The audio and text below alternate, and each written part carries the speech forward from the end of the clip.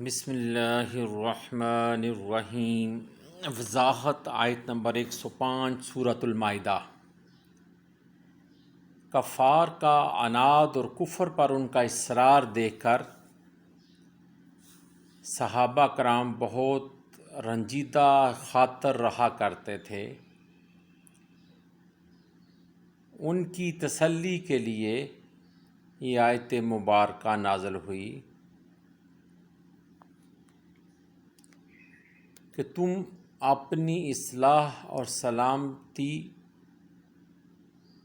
روا رکھو، آپ اسی کے ذمہ دار ہو۔ اگر تم راہ راست پر یعنی کہ سیدھی راہ پر ثابت قدم رہے تو کسی کی گمراہی تمہیں کوئی تکلیف نہیں پہنچائے گی، تم اس کی برائی کے یا اس کے گناہوں کے تم ذمہ دار نہیں ہو۔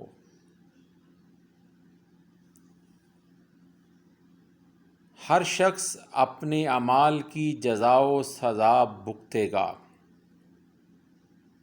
لیکن اس سے کوئی یہ نہ سمجھ لے کہ جب ہم خود نیکوکار اور صالح ہیں تو کسی کو نیکی کا حکم کرنا اور برائی سے روکنا ہم پر لازم نہیں۔ یہ خیال سراسر غلط ہے۔ حضرت صدیق اکبر رضی اللہ تعالی عنہ نے اس غلط فہمی کا پہلے ہی ازالہ فرما دیا تھا۔ آپ جب خلیفۃ المسلمین بنے تو آپ ایک روز خطبہ کے لیے کھڑے ہوئے، حمد و ثنا کے بعد فرمایا، تم یہ آیت علیکم انفسکم پڑھتے ہو اور اس کا غلط مفہوم ذہن میں رکھتے ہو۔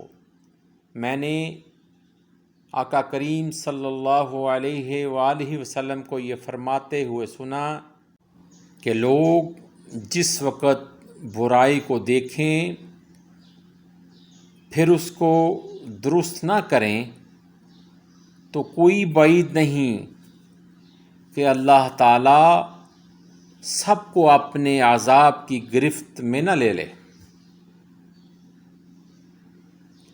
یعنی کہ اگر مسلمان کا تو یہ کام ہی ہے کہ اللہ کا پیغام ہر جا ہر بندے کو پہنچانا ہے، لیکن اگر کوئی اس کو قبول نہیں کرتا تو یہ اس کی جاہلیت ہے، جیسے ابو جہل تھا،